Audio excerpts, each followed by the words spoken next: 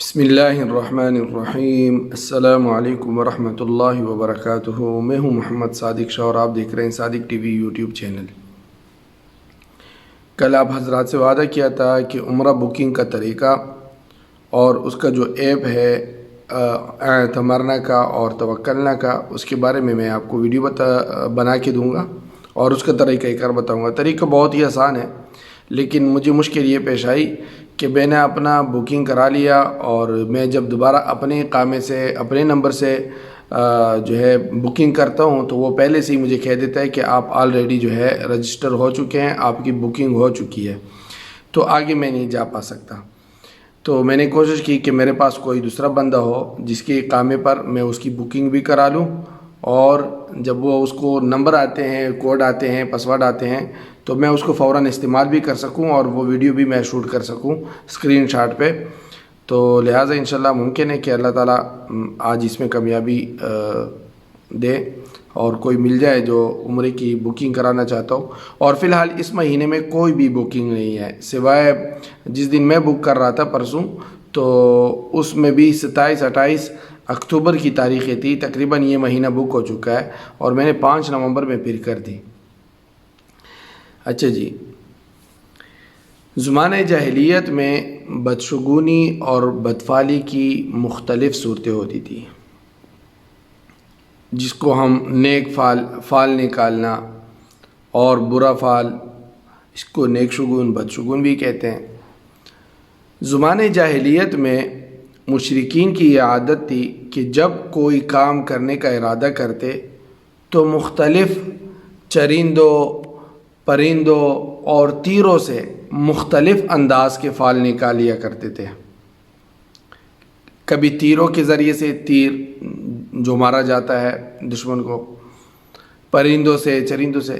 اپنے فاسد عقیدے اور توہم پرستی کی بنا پر سفر یا کسی اور کام سے پہلے اپنے اطمینان کے لیے وہ اس قسم کی لایانی چیزوں کا سہارا لیا کرتے تھے، یعنی اس وقت تک سفر پہ نہ نکلتے جب تک وہ کسی نیک شگون اور بد شگون کے سے مطمئن نہ ہوتے کہ یہ میرے لیے اچھا ہے یا برا ہے۔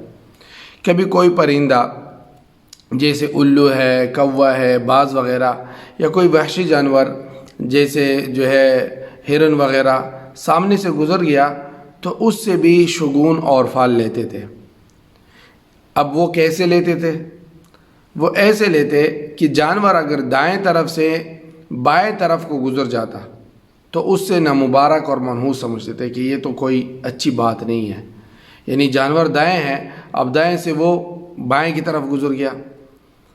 یا کوئی جانور کڑا ہے لیکن جب وہ چلنا شروع ہوا تو فوراً بائیں طرف چلنا شروع ہوا، تو اسی طرح وہ اس سے برا شگون اور برا فعل لیتے تھے کہ یہ ہمارے لیے اس دن کا یہ کام، جو کسی کام کا ارادہ کر چکے ہوتے تھے یا سفر کا، تو وہ اس سے رک جاتے تھے، اور اگر بائیں سے دائیں طرف کو گزر جاتے تو اس سے مبارک اور سعادت مندی کی علامت سمجھتے اور اپنے کام یا سفر کو جاری رکھتے تھے۔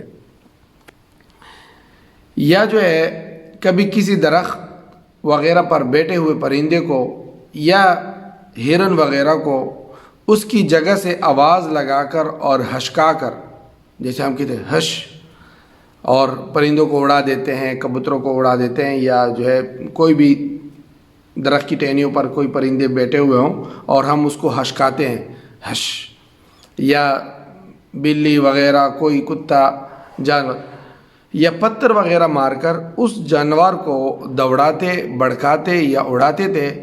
پھر وہ جانور بائیں طرف کو چلا جاتا تو اس کو منحوس اور نامبارک جانتے تھے۔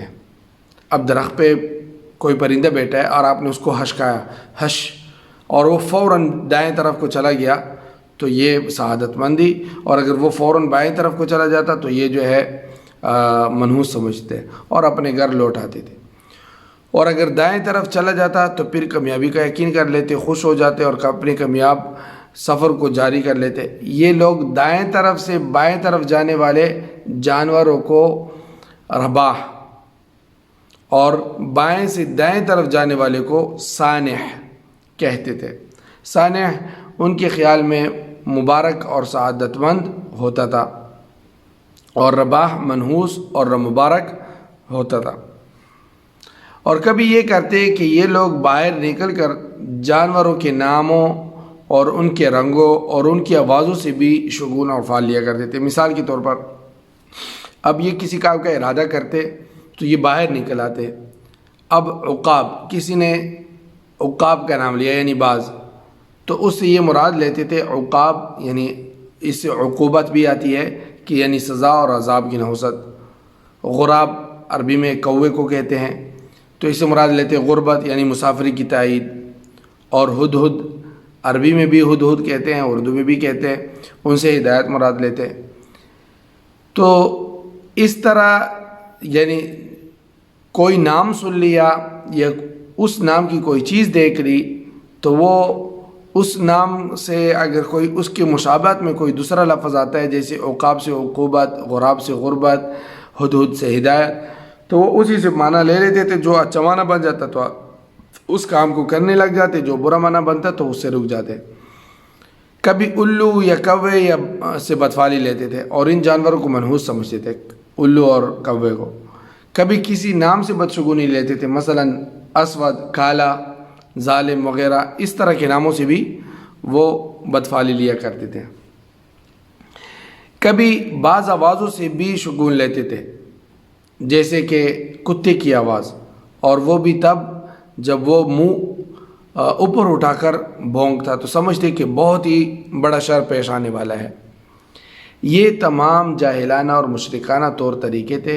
اسلام نے ان سب کی بےخنی کر دی تھی اور سختی کے ساتھ ان سے روک دیا۔ نبی کریم صلی اللہ علیہ وسلم نے بار بار لا طیرہ لا طیرہ فرما کر ان کے بے اصل اور بے حقیقت ہونے کو ظاہر فرمایا کہ کوئی بدفعلی اور کوئی جو ہے بدشگونی نہیں، اور واضح فرما دیا کہ بدفعلی اور بدشگونی محض بے حقیقت اور غلط بات ہے۔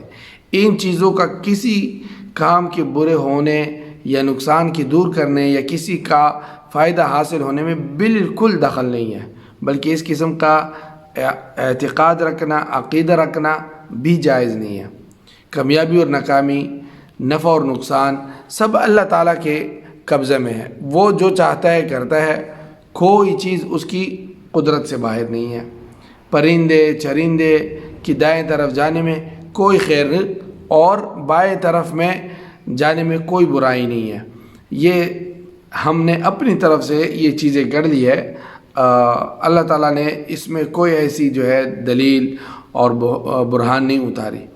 تو یہ ساری مشرکانہ اور جاہلانہ طور طریقے ہیں، اور آج کل بھی لوگ بہت سے جانوروں سے اور ان کی آوازوں سے اور بہت سے پرندوں وغیرہ سے نیک فالی اور بدشگونی اور یہ وغیرہ لیتے ہیں، جو سراسر یہ جاہلیت کے طور طریقے ہیں، اور ان کو چھوڑ دینا چاہیے اور اس کا گناہ ہے۔ السلام علیکم ورحمۃ اللہ وبرکاتہ۔ دوستو، صادق ٹی وی کو سبسکرائب کرنا مت بھولیے، ویڈیو کو لائک کریں، شیئر کریں اور کمنٹ سیکشن میں اپنے رائے کا اظہار ضرور کریں۔